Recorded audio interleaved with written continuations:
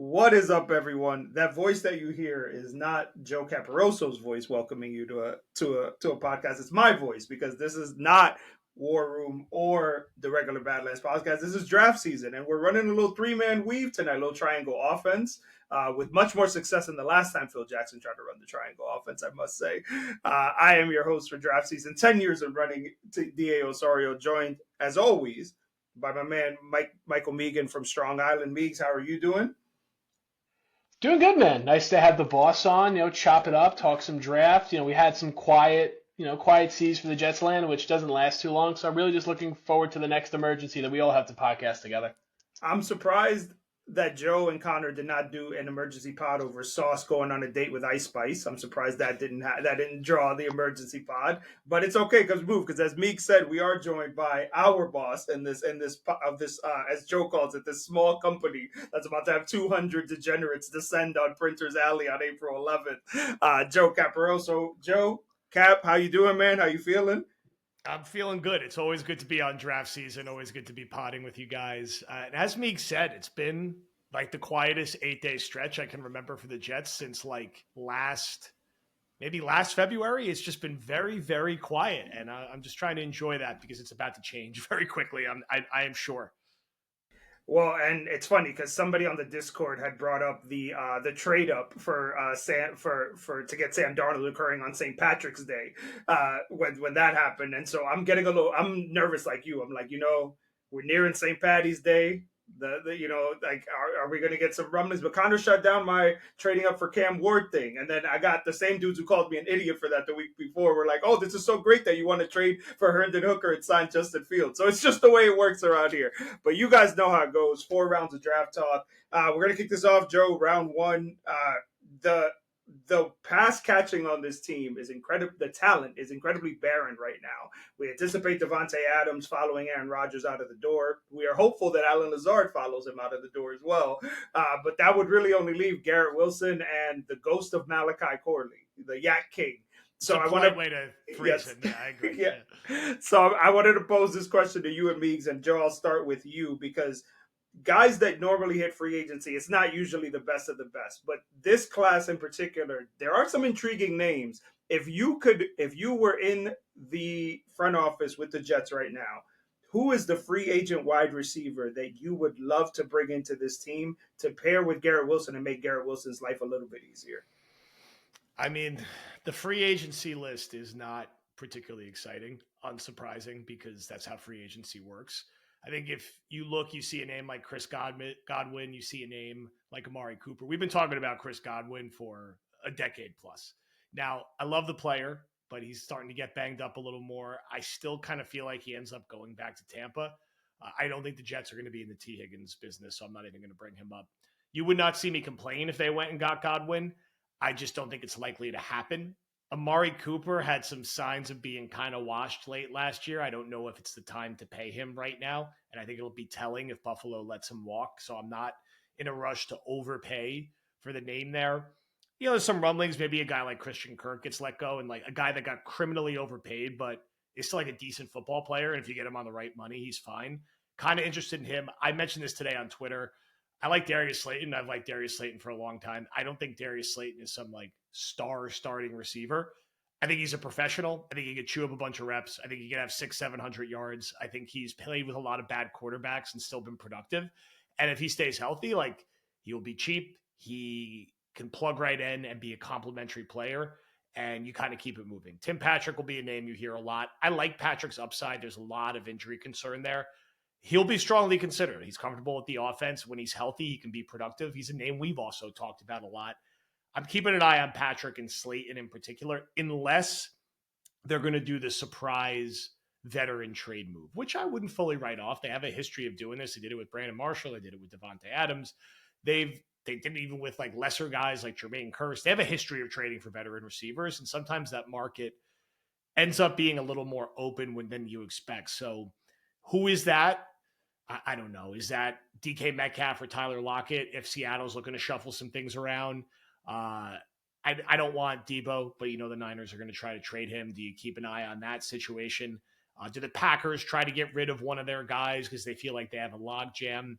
those are just a couple of the places I keep an eye on. And maybe it doesn't have to be at receiver. Maybe they just go attack tight end, and maybe it's drafting. I won't steal the draft thunder. I'll leave that for you guys, but maybe it's drafting Tyler Warren. Maybe it's drafting a guy in the second or third. Maybe it's trading for Meyer from Oakland or Kyle Pitts, even if Atlanta's given up on him, or just signing Juwan Johnson and like going for the upside and saying he could be a little more explosive. So that's kind of the names you're thinking. Like, get T. Higgins out of your head, probably get Godwin out of your head, probably get Amari Cooper out of your head. And, does it kind of end up being like Garrett, Tet, and Darius Slayton? And you're like, all right, that's like pretty good. That's not bad. So that's kind of where my head's at. I love the Slayton pick because you saying he's played with crappy quarterbacks and produced. That might as well just be Garrett Wilson's manifesto for the first 3 years. It's interesting because I agree. I don't think the Jets are going to play in the T. Higgins market. I don't think T. Higgins stays with Cincinnati. I think they tag him and trade him. I think that's probably what's going to happen with him. If he hits the market, I think he's a Patriot. They have enough money to pay him an exorbitant amount of money, probably more money than he probably deserves. The wild card, I will say, is one of the Seattle guys. Just because you've heard rumblings already that Tyler Lockett could be moved. JSN is ready for an even bigger role in that offense. He's probably he's the only receiver that they got now that still has significant juice and the best years in front of him, right? So Meegs, let's say it is Darius Slayton. Okay, so Darius Slayton is the third signing after we gave Milton Bradley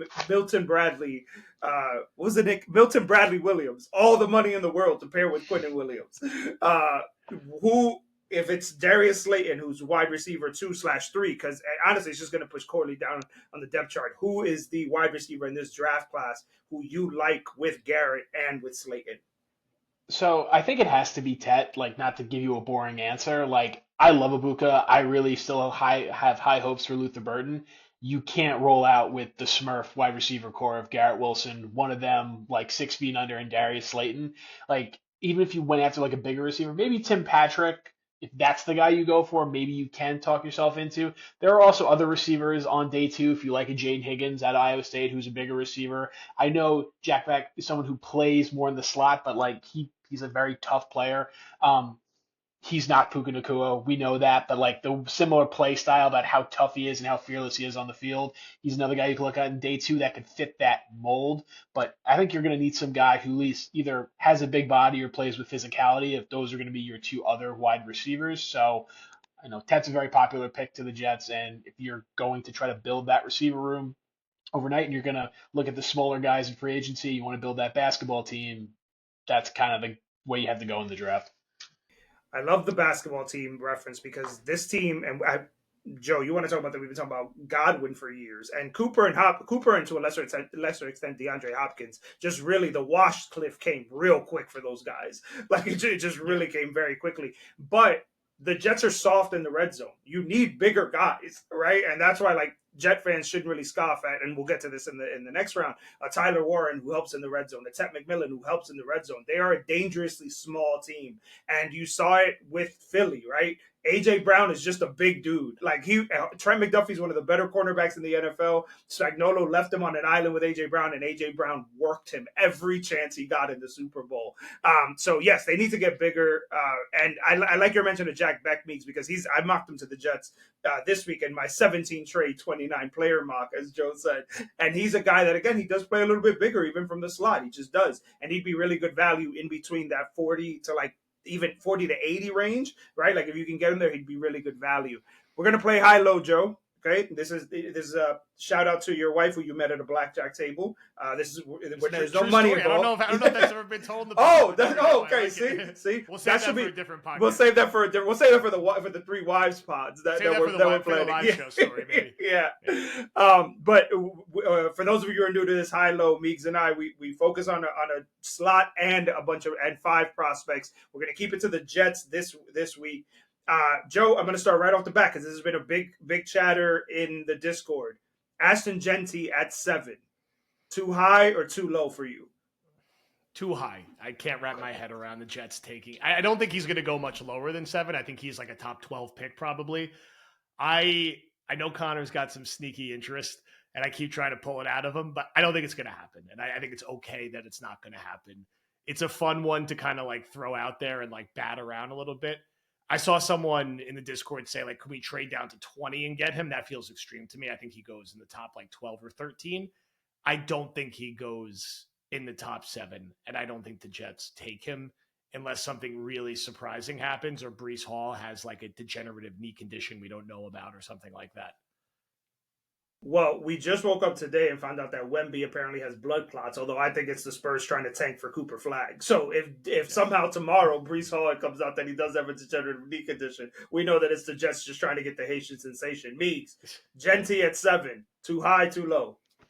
I mean, there aren't like four better players in this draft than Genty, but we keep coming back to this. The running back class is too good and too deep to be able to evaluate for a roster that has so many holes. Yeah, like I said, Ashton Genty is going to be good wherever he goes. He's one of the better running back prospects of recent memory. I think he's right up there with Bijan for those who want a comparison. Like he's well worth the 7th overall pick. I just don't think he's really worth it for the Jets, so that's why I have to pass. Unless we trade Brees Hall to the Dallas Cowboys, like I keep saying, and we take advantage of Jerry Jones. Unless that happens for pick Yeah, 12. if Muji gets 12 overall for Brees Hall, just put him in the Ring of Honor. That's it. Just let it down. Let's put him in. All right, we're going to switch to the trenches, Joe. Will Campbell, who I feel like I'm getting Tristan Wirfs flashbacks where all I keep hearing is his arms are too short. He should really be on the interior. When all I know is that Will Campbell is a dog on the offensive line. That's all I know. At 7, and especially considering the news over the last few days that Morgan Moses may not be back. So now right tackle does become this much bigger need, I think, than a lot of us thought. Too high or too low for Will Campbell at 7 for you? I actually think it's like right on point. Like I wouldn't say it's either. I think it's a player that I feel like should be taken in the six to 8 range, and 7's right in between that. And it's not someone I'd complain about. It's not my top choice. I prefer Mason Graham. I prefer a playmaker. I'm never going to complain about the Jets beefing up the trenches in the offensive line. And I don't know if they're going to find an answer for right tackle in free agency or the trade market. So they do have that spot open. So I think that's sort of like right on point for him. I don't want to say it's too high, but it feels a little extreme to say it's too low. So I think that's one of those picks that could be a little bit like Olu last year where we weren't expecting it and they take him and you're like, yeah, that feels like the right value and will fill a need and maybe isn't sizzle, but is more of the steak that we need. And I love the idea of Olu and Will Campbell bookending whoever the heck the quarterback is long term, because I think, and we'll talk about Joe Douglas in round 3 of this pod, but one of the things that Joe Douglas did, right, and just absolutely just bombed at it, really, was just building this O-line long term. A lot of short term fixes, right? But being able to say that 5 of your starters on the offensive line are all under the age of 27. If you re-sign Simpson, you re-sign ABT. That would be a really solid start to Moog Knight's era. Meeks, Will Campbell, 7, too high, too low. No, I don't think that's too high at all. I think he basically his ceiling probably starts at 4 to the Patriots. He very well might not even be on the board at 7. The transition to playing right tackle, he was a left tackle in college for all those who aren't familiar with his game. So that transition is, would be a work in process, something you have to factor. But, for someone who has shorter arms, that's a concern. It's a much bigger concern, it seems, for left tackles than right tackles. We've seen right tackles really thrive who have, below that 34-inch arm threshold. Penei Sewell's the most recent example. Braden Smith on the Colts a couple years ago. There are Caleb McGarry, who turned into a nice player for the Falcons, has under 30. I think he has under 33 jumps, to be honest with you. So Will Campbell is a very good player. He's probably going to end up being offensive lineman 1 or 2 for me. So definitely will not complain about addressing the trenches. I love that. So he's OT2 for me. But again, I think with him, Banks, and Membu, I think those are the 3 guys. And this was a conversation that came up in the Discord about where would Olu be in this class. And I will say this as I pat myself on the back. As I pat us on the back. We were the only ones that had Olu anywhere near number OT1 last year. And now people want to pretend like they had it all along. I don't like that, Joe. I will address that at the live show because I do not like when they try to take our takes and pass them off as their own. But I digress. Meeks, I'm going to stay with you because the defensive side of the ball.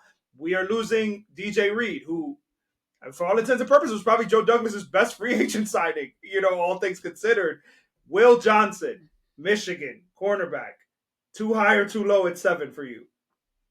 I mean, he's probably just right around there talent-wise. I just don't want to take another corner. Like I've been marinating on this for like for the past week or two, where it's just like I don't know, like you paid Michael Carter. I hope they pay Sauce. I'm not one of those members of the fan base who's out on him, who wants to trade him, who thinks like the first 6 weeks are who he is as a player, because I did think he rebounded essentially what was a lost season, which I think does speak to his character. I think Aaron Glenn's going to be a better mentor, leader for basically, get Sauce's head on straight. Hopefully the rest of the coaching staff becomes an extension of that.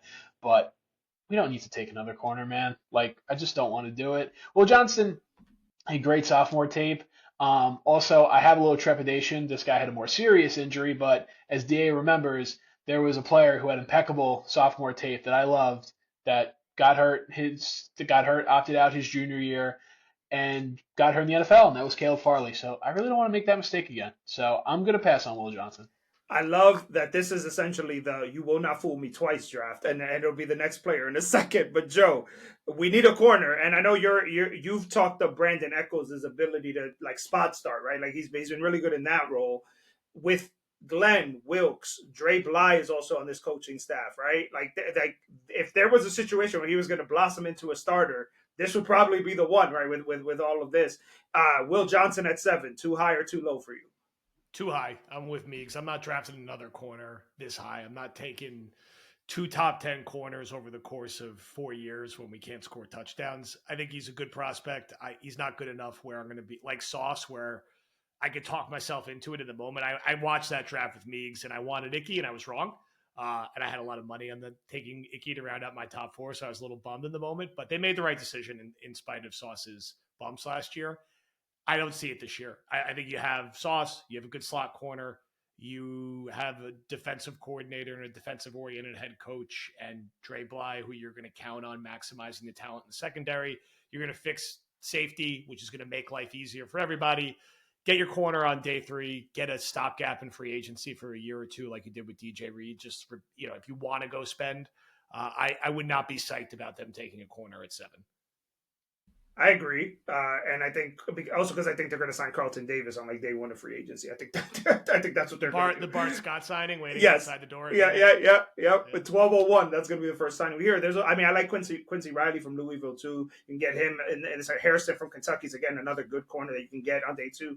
I think also, and this is the same thing with Olu, but when folks were asking like where would he be in this class, Will Johnson wouldn't grade out better than Stingley or Sauce at all, and so that's when you're taking a corner in the top 7, like that's. Listen, I need you to never allow touchdowns. You should never do that.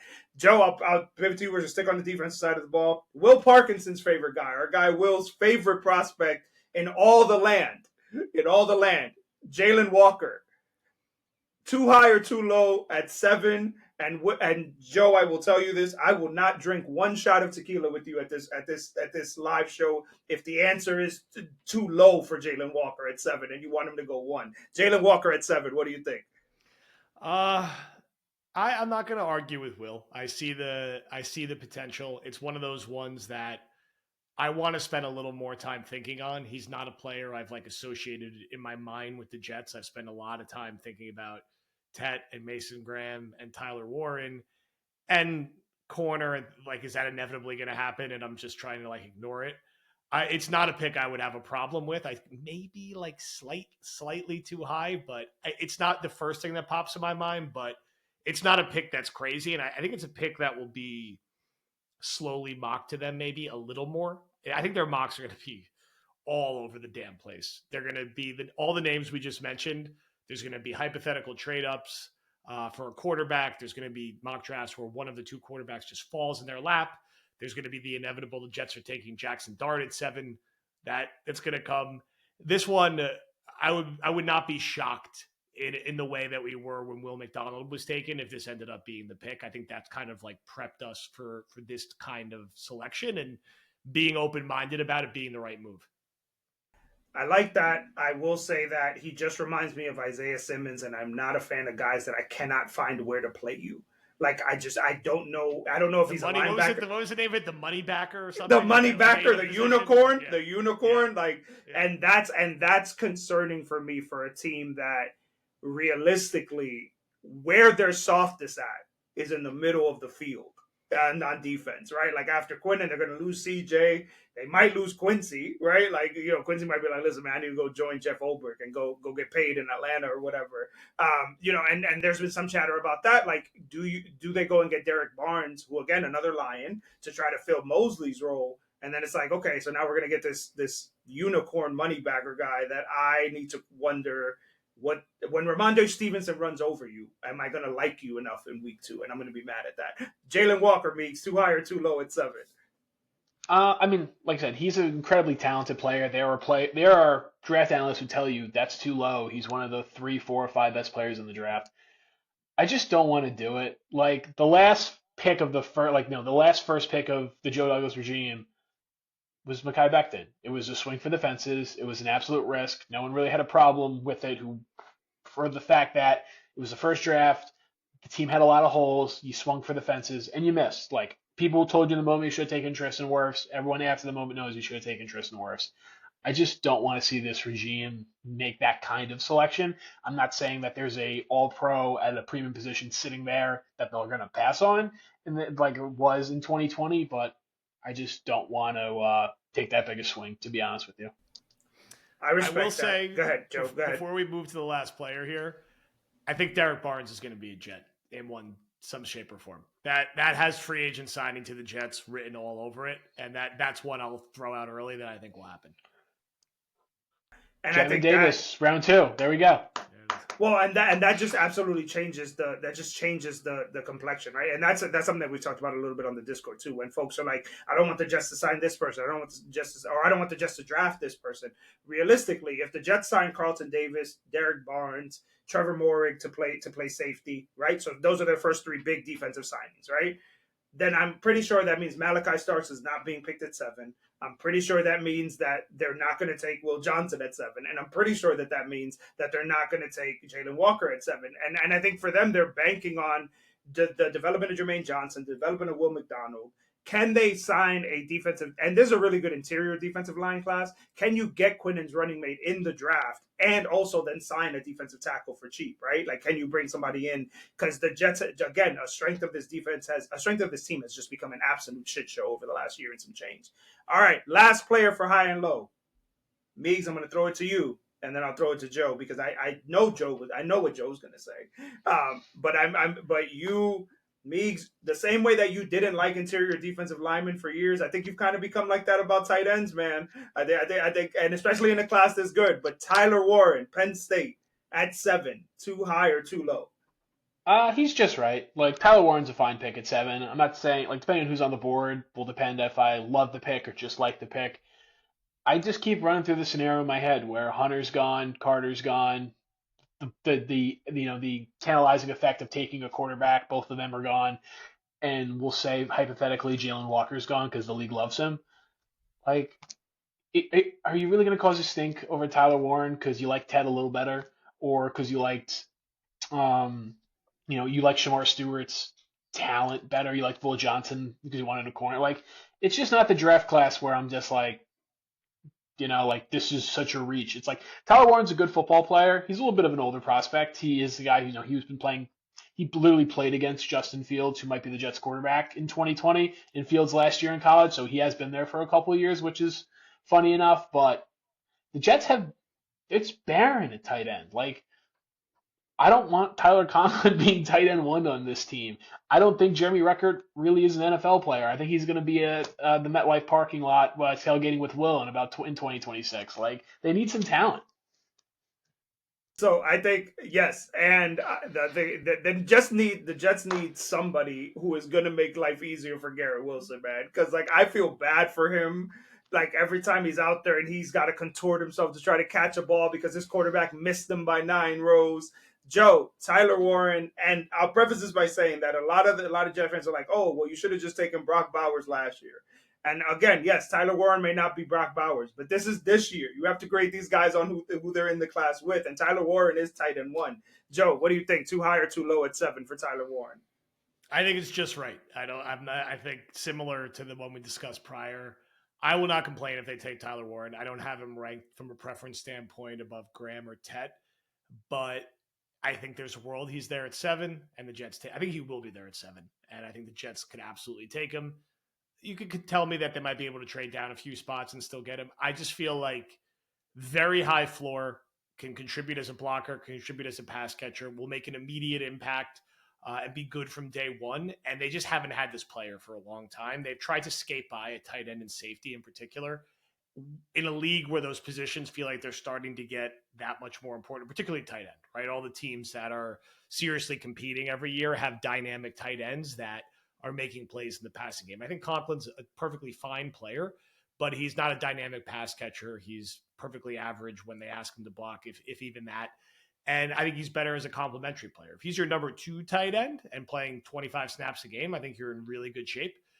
You want someone like Warren who you could see having like 11 touchdowns in a season. And like not just like the 1-yard dump off, hand off Rodgers touchdown, but like going up in double coverage at the 12-yard line and like scoring a touchdown. The Jets does not have that at the tight end position. Even since forever, that wasn't even Keller's game when he was having that. Like he was more like down the field. So they need that element. And if they're going to have a hard time filling out the receiver depth chart, you have Warren, you have Conklin, you're like, all right, we can run a lot of 12 personnel and be pretty dynamic here. We could work Warren off Garrett like we did with St. Brown and Laporta and like have them high-low, have them working off each other. And that's going to be our 1-2. We're going to throw the ball to Breece Hall a lot. That's going to be our 3. And then we're going to round out the depth chart with guys like Slayton and Patrick to chew up reps. And we don't have like that big name 2 or 3, but we're good enough at tight end and running back catching the ball where it's fine. So this, much like Bowers last year, this pick will be debated ad nauseum. I think it would have been perfectly fine if the Jets took Bowers last year because he's awesome and he's going to be awesome. I'm happy to have Olu. I have no problem with them taking Olu. It's worked out well because they have that need. I think Warren will be very good, very fast, and could bring something, particularly in the red zone, that this offense has just lacked for so long. They just can't. Everything is so hard when they get inside the 20-yard line. And I love Garrett, but he is not a pure red zone receiver. That's not his game. He's just struggled with that part. I'd like to see him get stronger and get better at it.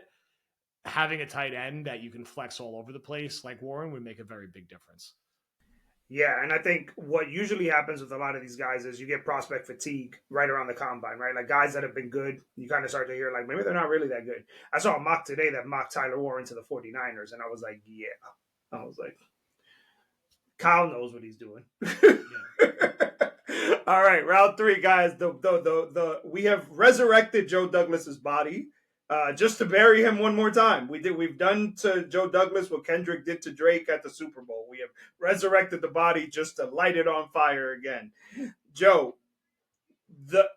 there are so many to choose from that I'm curious which one you're going to go with. I think I know which one Meegs is going to go with.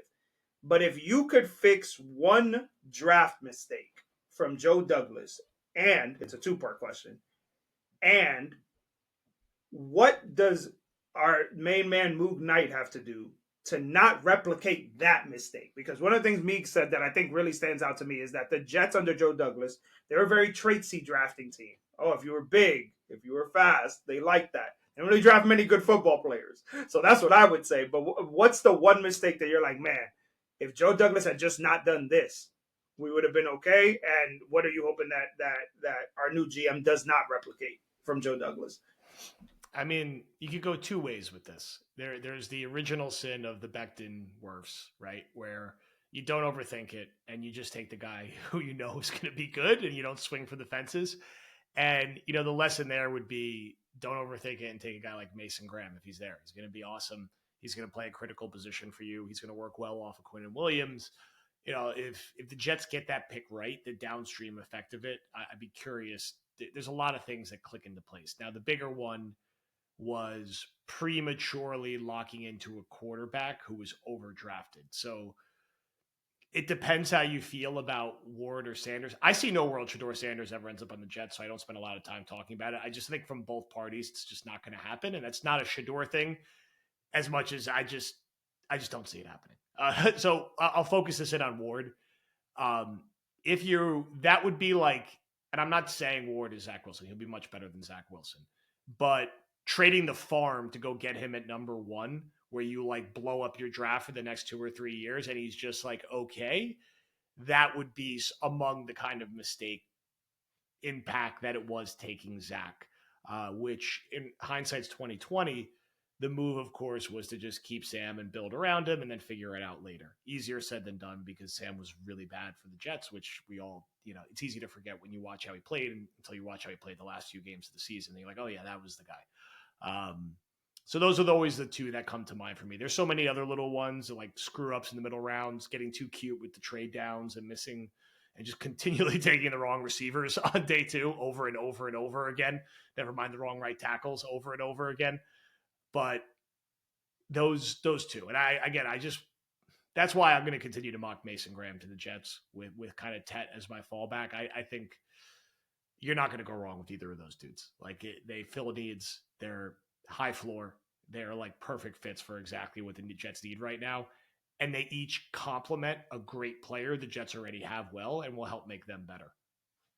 The hope is that this is the year that they don't take somebody that we did not scout in the draft guide. that happens far too frequently. Happens far too frequently. It's happened way too many times. 470 people in the draft guide, and they find the one guy that it's like, we didn't know about that guy. James Morgan. I still remember Greg's reaction when James Morgan was drafted. He was like, I didn't even look at this guy's film. He grew up in the shadow of Lambeau. That's why they drafted him. Meegs, throw some dirt on your op. What is the one thing that you're like, my God, like if I can go back to this Infinity Stone magic, change it, and also if Daryl Muji does this, I am storming Florham Park and getting him the heck up out of there. What's your answer? I mean, it's worse. It's always been worse. Worse is like that meme where it's like Joe Douglas passed on Tristan Wirfs, and you get 8 dominoes, and this is where we're at. Like this is. Everything falls back to that pick.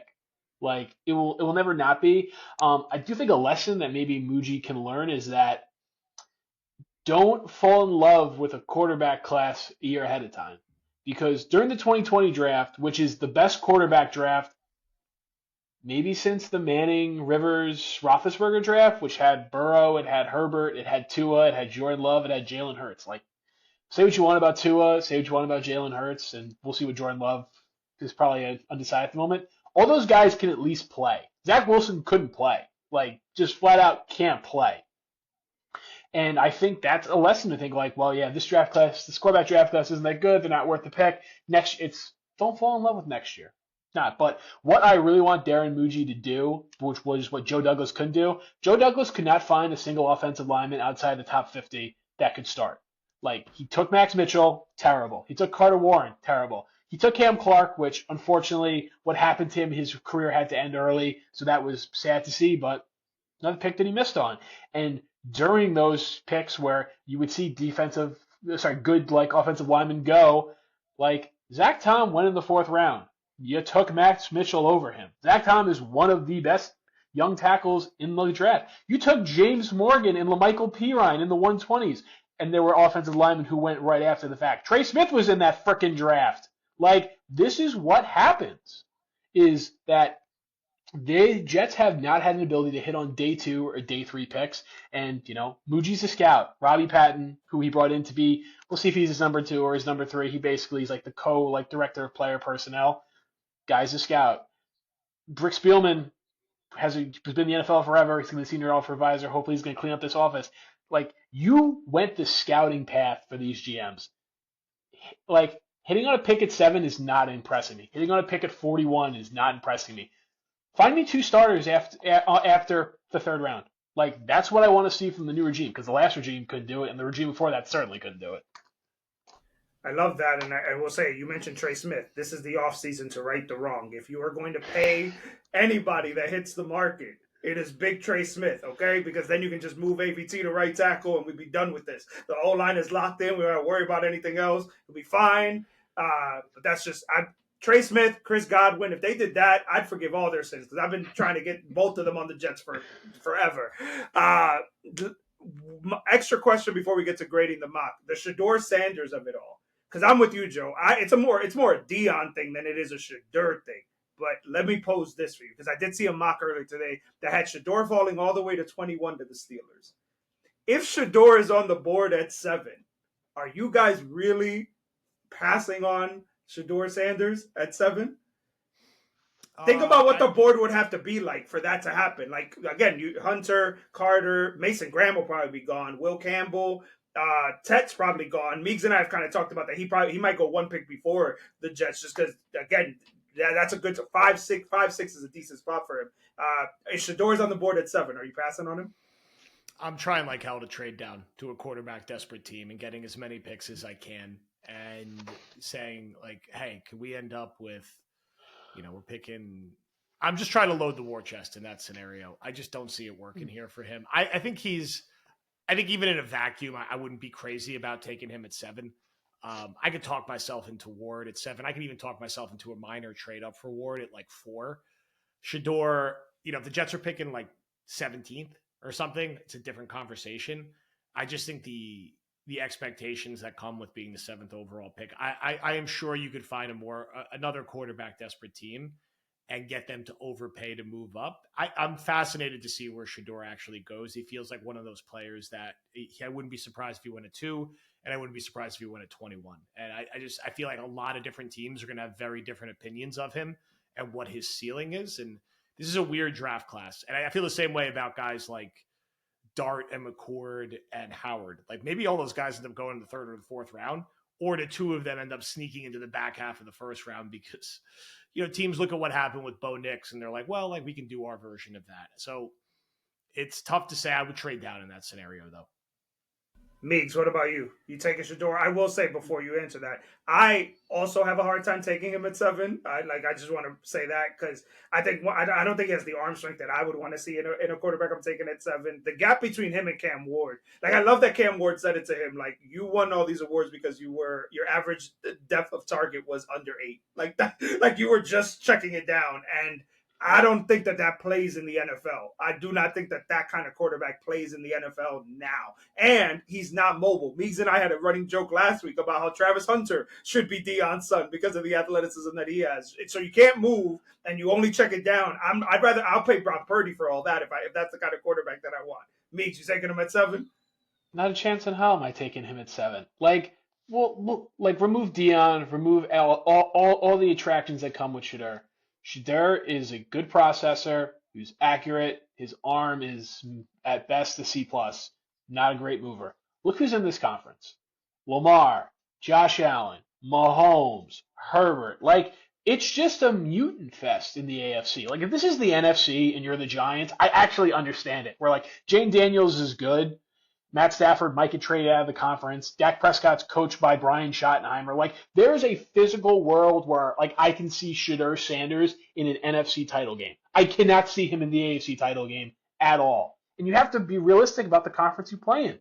Josh Allen isn't going anywhere. Lamar isn't going anywhere. Neither is Herbert, neither is Mahomes. And Burrow, who is probably the most stylistically like Shador, even though Joe is a better athlete, the Bengals have made the playoffs twice in 5 years with Joe Burrow. Joe Burrow has had multiple season-ending injuries. That's not a player who is going to get healthier as he gets older. He's going to lose part of his arm talent. He's going to lose part of his mobility as he gets older, as he has more injuries. And we're playing in MetLife. This isn't Jared Goff's like ideal world where you play 3 games outdoors a year. Like that's gonna matter. You got to realize the team you're drafting for. Like in a vacuum, could Shador maybe work at 7? Sure, it's just not here. And I will say before we get there, well, what about Jalen Hurts? Understand, Jalen Hurts is on a stacked team. The Eagles have absolutely no weakness. Jalen Hurts can run. Yeah. And Jalen Hurts can run. And Jalen Hurts can run. All right, last question of the night, my guys. Today, the Athletic released their latest mock draft, and they had the Jets taking the new T-Mac, Tet McMillan at 7. Joe, I'll start with you. If Tet McMillan is the pick on draft night, what grade are you giving that? What grade are you giving that pick?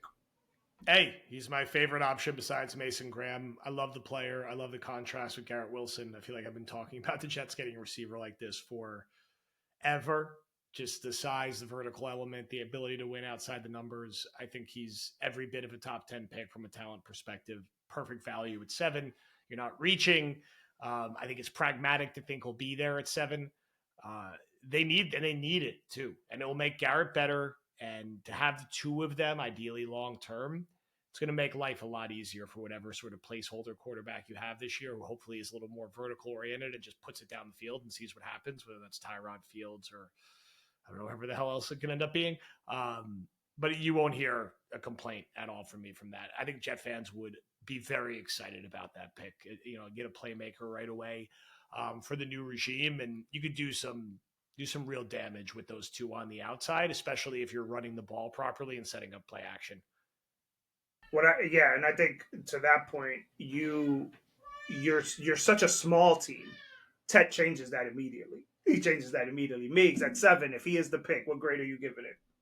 It's like a B plus. Like I love the fit of Tet. Like I said, the first three receivers in this draft class are fairly close to me, but stylistically, Tet makes the most sense. It's really just also hard to kill the Jets for making a fun pick. Like Tet's just going to be a really fun watch in this offense. And for those who have doubts about him, I think there was a contingent of Jet fans who didn't love that they took, an offensive lineman who wasn't going to play because Tyron Smith was going to play 17 games. And, they were upset they didn't take a weapon last year. If you gave them, with hindsight, would you rather have Tet and Olu or Rome/Bowers and Will Campbell? I think a lot of people would take the first option. So I don't think you can really complain about that. How he does with Garrett only makes it more appealing. So really can't kill that pick at all. I love that, and that's actually how I look at things too, right? Like it's do you want this pairing or this pairing? And the pairing of Olu and Tet has a much higher ceiling, right? And yes, that is very exciting. Okay, guys, thank you so much. As we wrap up, and Joe, we are really going to wrap up. Hypothetical gun to both your heads. We are now 2 months away from the draft, just about, right? Is that right? 2.5 months. Meegs, I'll go to you first, and then Joe, I'll end with you. Meegs, who is the pick at 7 for the Jets? Two-part question. Who is the pick at 7, and who is the quarterback? Who is the Jets quarterback? Tyler Warren, Justin Fields. Keep it simple. Just think that's what it's going to be. I like it. Run the ball. Joe, who is the quarterback, and who is run the damn ball? Who is the quarterback, and who is the pick at 7?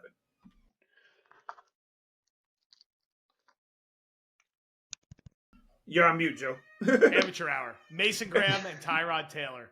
Chalk. Boring, but that's what I'm going with for right now. I like it. I am going to end by calling my shot because every year there is a quarterback that somehow we didn't think was available that somehow is suddenly available. The Jets quarterback is Dak Prescott. Wow. You always take the big swing. The Jets quarterback is Dak Prescott, and the pick at 7. Take that, Shoddy. Is Ashton Genty. That is the pick at 7. That's the play. I mean, listen, if those two things happen, the playoff drought will be broken. That's right. Yes. That's right. Beers at MetLife. Guys, thank you so much for joining us. Joe, thank you as always for joining us. Meegs and I will be back next week. Connor will be joining us the week after that to talk Combine. We will see everybody at Printer's Alley. We are, Joe, how close are we to 200, or did we cross it yet? We're at 200. We're pausing Look at that. At 200 because it's getting too crowded. Now we'll see if we're going to be able to open a little more, but we're at a full capacity of 200 April 11th. Come on. Baby. Now we got to come up with what the hell we're going to talk about for like 2 hours, which is going to be a whole other adventure for us, but we'll figure it out. Not worried about it. Also, we're going to release Thursday night, New Streets of Fire tomorrow morning with Jason Fitzgerald talking salary cap. Everyone's been asking for this episode for like 4 months, as they should, because Jason's our resident expert. So that will be hitting tomorrow morning for War Room. Sign up to War Room and get into the Discord. There we go. Exactly. And Meegs and I have already said it. If you find us at Printer's Alley, tequila is on us because it's an open bar and you already paid for it. So it's all good. All right. Yeah, it's on that or it's on the Badlands corporate card. So it's all right off anyway. That's all. There we go. Thank you guys so much for listening, and we will be back next week.